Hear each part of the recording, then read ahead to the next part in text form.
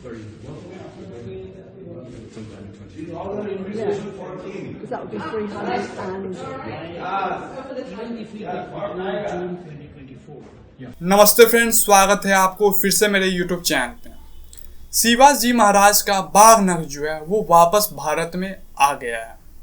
यह बाघ नख इंग्लैंड के विक्टोरिया म्यूजियम में कई दशकों से रखा गया हुआ था। फाइनली भारत सरकार ने बाघ नख को वापस भारत में ले आया है। अभी यह बाघ नख जो है वो महाराष्ट्र के सतारा के म्यूजियम में प्रदर्शन के लिए रखा गया है।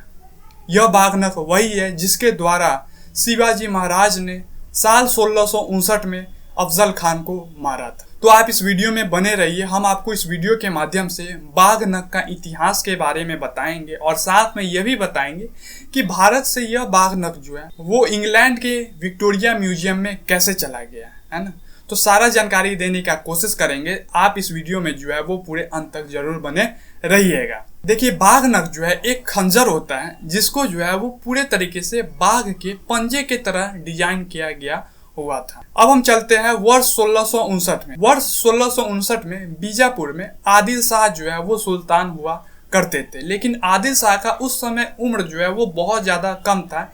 इसके कारण ही जो है उनकी सौतेली माँ साहिबा बेगम बीजापुर का राजपाट संभालते थे और साहिबा बेगम काफी ज्यादा चिढ़ा हुआ रहती थी छत्रपति शिवाजी महाराज से, क्योंकि उस समय छत्रपति शिवाजी महाराज एक के बाद एक किला को जो है वो फतह करते हुए चले जा रहे थे, जिसके कारण जितने भी प्रतिद्वंदी थे, जितने भी विरोधी थे, वो सारे छत्रपति शिवाजी महाराज से चिढ़ा रहा करते थे। एक दिन साहिबा बेगम जो है वो अपने दरबार में काफी ज्यादा लोगों को बुलाया और उस दरबार में साहिबा बेगम ने एक तस्तरी पे पान रखी और उस दरबार में जितने भी लोग आए थे उनको साहिबा बेगम ने कहा कि इस दरबार में कोई ऐसा लोग है जो शिवाजी को मारेगा, और जो शिवाजी महाराज को मारना चाहता है वो इस तस्तरी में रखा हुआ पान को उठा ले। काफी देर तक दरबार के अंदर सन्नाटा छाया हुआ रहता है। किसी का भी उस समय हिम्मत नहीं होता था कि वो छत्रपति शिवाजी महाराज के बारे में इस तरह से सोच पाए, क्योंकि उस समय शिवाजी महाराज जो है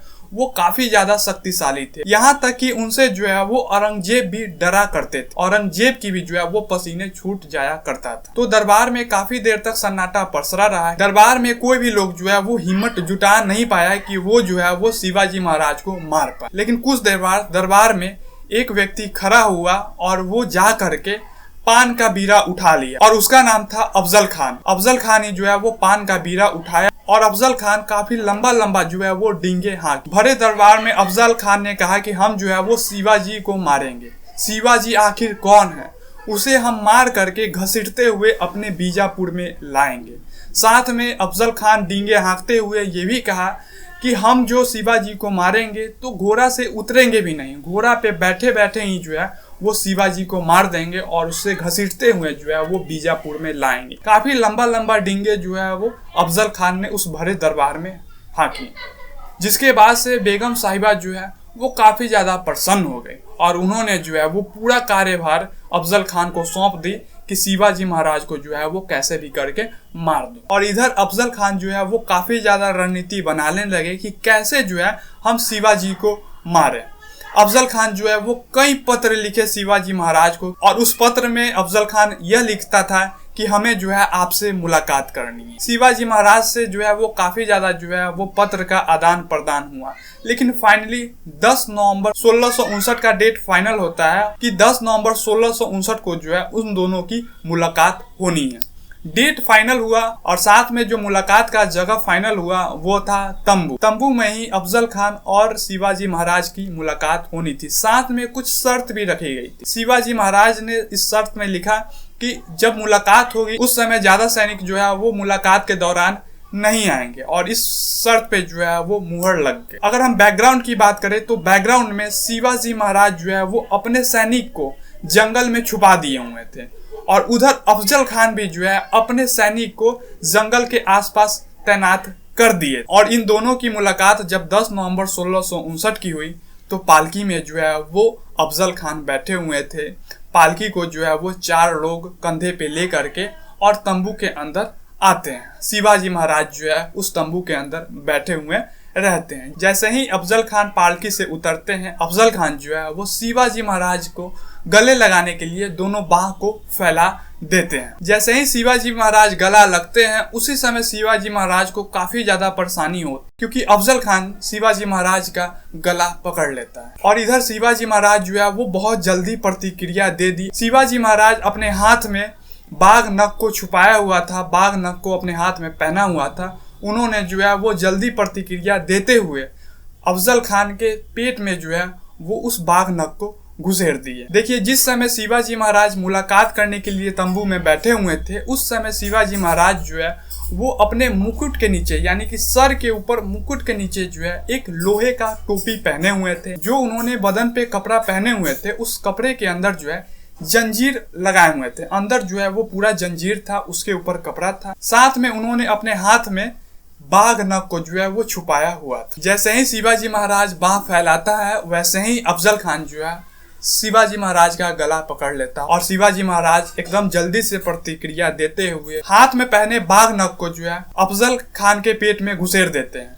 उसके बाद अफजल खान जो है वो बहुत जोर से चिल्लाता है, जिसके बाद जो 2-3 सैनिक बाहर खड़े हुए थे वो जल्दी से अंदर आता है। और जैसे ही अफजल खान के सैनिक तंबू के अंदर शिवाजी महाराज को मारने के लिए घुसता है, बगल से शिवाजी महाराज के जो सैनिक होते हैं वो एकदम जल्दी से प्रतिक्रिया देते हुए उन सैनिक को जो है वो मारता है। इसके कुछ क्षण बाद ही अफजल खान की सैनिक जो है वो अफजल खान को पालकी में बैठा करके भागने लगते हैं। और इसके साथ ही शिवाजी महाराज के सैनिक जो है वो अफजल खान का पीछा करने लगते हैं। कुछ दूर आगे जाने के बाद शिवाजी महाराज के सैनिक जो है वो अफजल खान को पकड़ लेता है और अफजल खान को जो है वो वहीं पे हत्या कर देता है। और इसके तुरंत बाद शिवाजी महाराज के सैनिक जो है वो बिगुल को फूंक देते हैं। जैसे ही शिवाजी महाराज के सैनिक लोग बिगुल फूंकते हैं, जितने भी सैनिक जो जंगल में छुपे हुए रहते हैं वो सारे सैनिक जो है वो इकट्ठा हो जाते हैं और छानबीन अगल बगल जो है वो करने लगते हैं। और छानबीन करते समय जो है वो अफजल खान का जितना भी सैनिक जो अगल बगल जंगल में छिपे हुए रहते हैं वो उसी समय पकड़ा जाते हैं। और चारों तरफ से जो है वो शिवाजी महाराज के सैनिक लोग जो है वो अफजल खान के सैनिक को घेर लेता है और वहां पे जो है वो पूरे तरीके से युद्ध शुरू हो जाता है, जिसमें लगभग 3000 सैनिक मारे जाते हैं। तो यही इतिहास थी, यही कहानी थी बाघ नख के बारे में कि कैसे जो है वो शिवाजी महाराज ने बाघ नख का इस्तेमाल करके जो है वो अफजल खान को मारा था। अब हम यहाँ पे बात कर लेते हैं कि आखिर यह बाघ नख जो है वो इंग्लैंड के म्यूजियम में पहुंचा कैसे। तो देखिए, 1818 में जब ईस्ट इंडिया कंपनी ने अंग्रेज अधिकारी जेम्स ग्रांट को सतारा कोर्ट में रेसिडेंट राजनीतिक एजेंट बनाकर भेजा, तो उस समय उन्होंने जो है वो बाघ नख उपहार में दिया था।